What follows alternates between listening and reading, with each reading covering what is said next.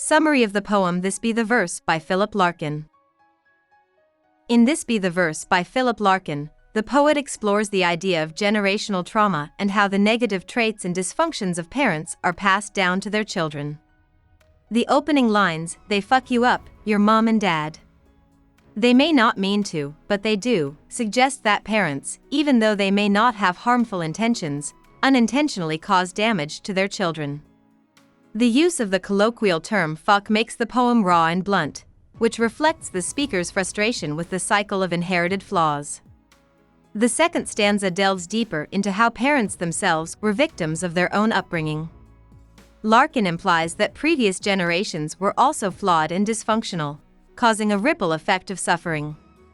The fools in old-style hats and coats represent the previous generation, who were a mix of soppy stern, overly sentimental and strict, and argumentative, reflecting a chaotic, inconsistent influence on the upbringing of the parents. This inconsistency in parenting is what ultimately leads to the harm passed down. The central message of the poem is in the idea that man hands on misery to man, indicating that human suffering is perpetuated from one generation to the next. The metaphor it deepens like a coastal shelf suggests that this misery accumulates over time, becoming more profound and inescapable as it is passed on. Larkin suggests that the only way to escape this cycle is to avoid having children at all, which is conveyed in the final line, "Get out as early as you can, and don't have any kids yourself." Here, the speaker presents a rather bleak solution to prevent further harm, to break the generational chain by not bringing children into the world. The rhythm and meter of the poem are informal and conversational, which contrasts with the serious subject matter. The poem follows a loose, almost irregular rhythm, and there is no strict adherence to traditional meter.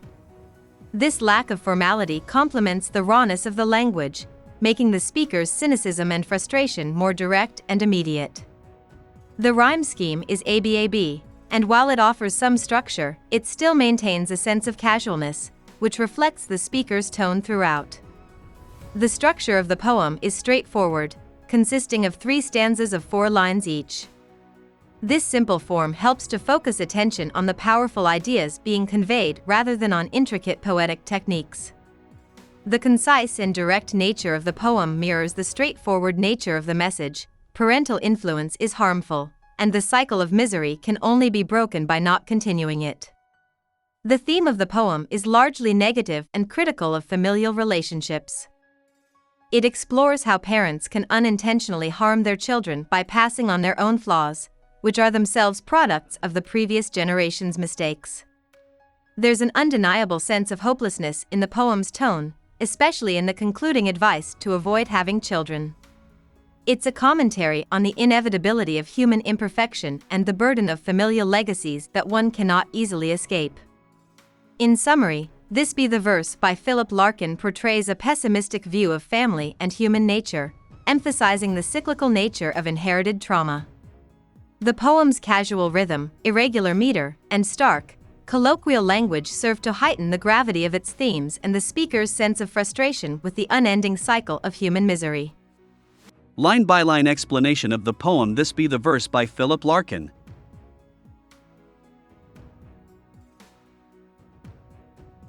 Line 1, "They fuck you up, your mom and dad." In this line, the speaker directly addresses the impact of parents on their children. The crude word fuck is used to emphasize how deeply parents can harm their children, whether intentionally or not. This blunt language conveys frustration and a sense of irreparable damage, setting the tone for the rest of the poem. Line 2, "They may not mean to, but they do." The speaker acknowledges that parents may not intend to harm their children, but their actions or behaviors inevitably cause harm. The use of "may not mean to" adds a sense of guiltlessness, showing that the damage done is often unintentional, yet still significant and unavoidable.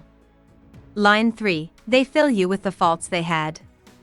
Here, the poet explains how children inherit their parents' flaws and emotional baggage. These faults could be anything from personal insecurities to bad habits or unhealthy ways of thinking. The implication is that the mistakes and imperfections of one generation are passed down to the next, creating a chain of inherited dysfunction. Line 4, and add some extra, just for you. In addition to the faults inherited from their parents, children also receive additional burdens unique to them. These extras could be new emotional struggles or problems that are added onto the inherited ones, intensifying the cycle of familial damage. This suggests that parental influence goes beyond mere imitation. It also adds to the burdens, making each new generation's experience even harder. Line 5, but they were fucked up in their turn. The poet reflects on how the parents themselves were damaged by their own upbringing. This shows that the cycle of harm is not isolated to one generation but continues.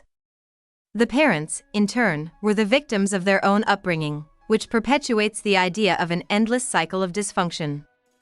Line 6, buy fools in old-style hats and coats. Here, Larkin criticizes the previous generation that influenced the parents, describing them as fools. The old-style hats and coats might suggest that this earlier generation is outdated, traditional, and rigid. The image of old-style attire also hints at an era of societal norms that were perhaps illogical or damaging, further reinforcing the idea of flawed parental influences across generations. Line 7, who half the time were soppy stern. The phrase soppy stern combines two contradictory traits. Soppy suggests sentimentality or indulgence, while stern means strictness or harshness. This line highlights the inconsistency and mixed signals sent by the previous generation, which led to confusion and emotional damage in their children. It paints a picture of erratic, unpredictable parenting. Line 8, and half at one another's throats.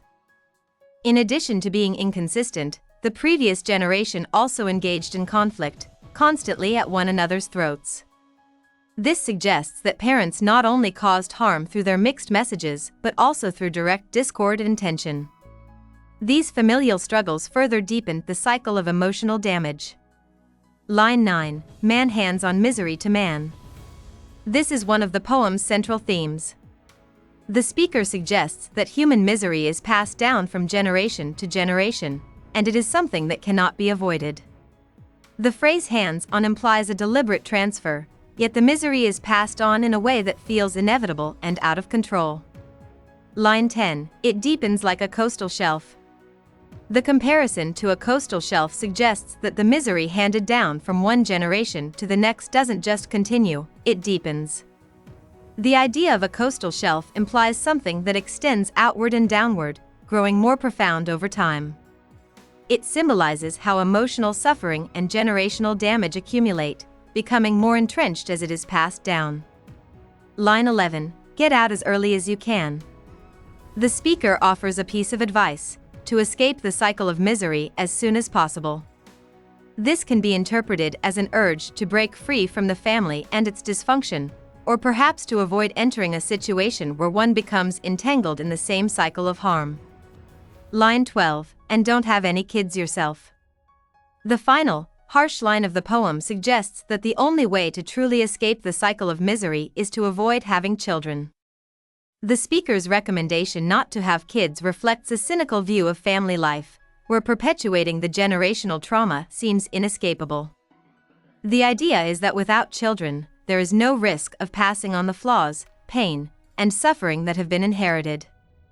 In this poem, Larkin presents a bleak view of familial relationships, focusing on how parents, despite their best intentions, can harm their children. He highlights how generations are trapped in a cycle of emotional damage, which deepens over time, and ultimately suggests that the only way to break this cycle is to avoid having children altogether. About the poet. Philip Larkin was born on August 9, 1922, in Coventry, England.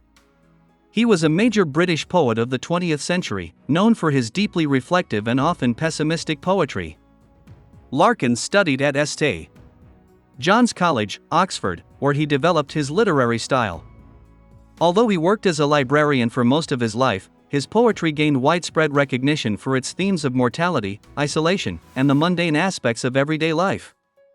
His collections, including The Less Deceived, 1955, The Whitsun Weddings, 1964, and High Windows, 1974, showcase his mastery of language, wit, and melancholic realism. Larkin's verse is characterized by simple yet powerful diction, precise imagery, and an underlying sense of disillusionment. Though he declined the position of Poet Laureate in 1984, his influence remains strong in modern British poetry. He passed away on December 2, 1985, leaving behind a lasting literary legacy. Hope we summarized it fully and you liked it. Please hit the like button and subscribe to our channel so that we are motivated to create more videos.